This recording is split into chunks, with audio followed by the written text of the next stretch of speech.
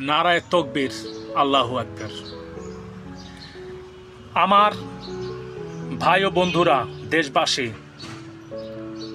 ইতিমধ্যেই আপনারা জানেন আমেরিকা আগ্রাসন চালিয়েছে ইরানের উপরে। ইরান চাইছে যেভাবেই হোক যুদ্ধটা একটু দীর্ঘস্থায়ী হোক। কেন নয়, যুদ্ধটা দীর্ঘস্থায়ী হলে আমেরিকা অনেকটাই দুর্বল হয়ে পড়বে।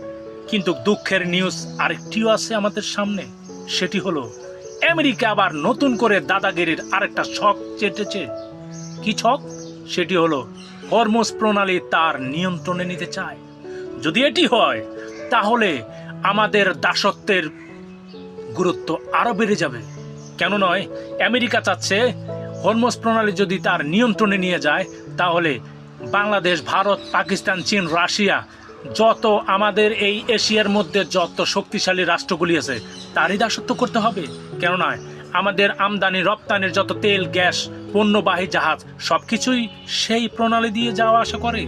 সে যদি সেটা নিয়ন্ত্রণে নিতে পারে তো বন্ধুরা আমরা কিন্তু একেবারে কুপকার।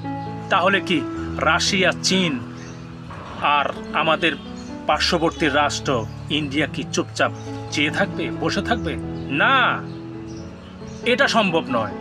যদি বসে থাকে তো আরেক ধাপ আমরা দাসত্বের দিকে এগিয়ে গেলাম। বন্ধুরা, আমরা দেখতে চাই আমেরিকা আর কত দূর আসতে পারে। আর আমাদের যে পার্শ্ববর্তী রাষ্ট্রগুলা যারা নিজেদেরকে এত শক্তিশালী মনে করে, শক্তিধর মনে করে, অনেক বিচার বিশ্লেষণ করে রাষ্ট্র চালায়, যেমন ভারত আছে, পাকিস্তান আছে, রাশিয়া, চীন, দেখব তারা কি পদক্ষেপ নেয়। বন্ধুরা, দেখার আশায় থাকলাম আমরা। আসসালামু আলাইকুম।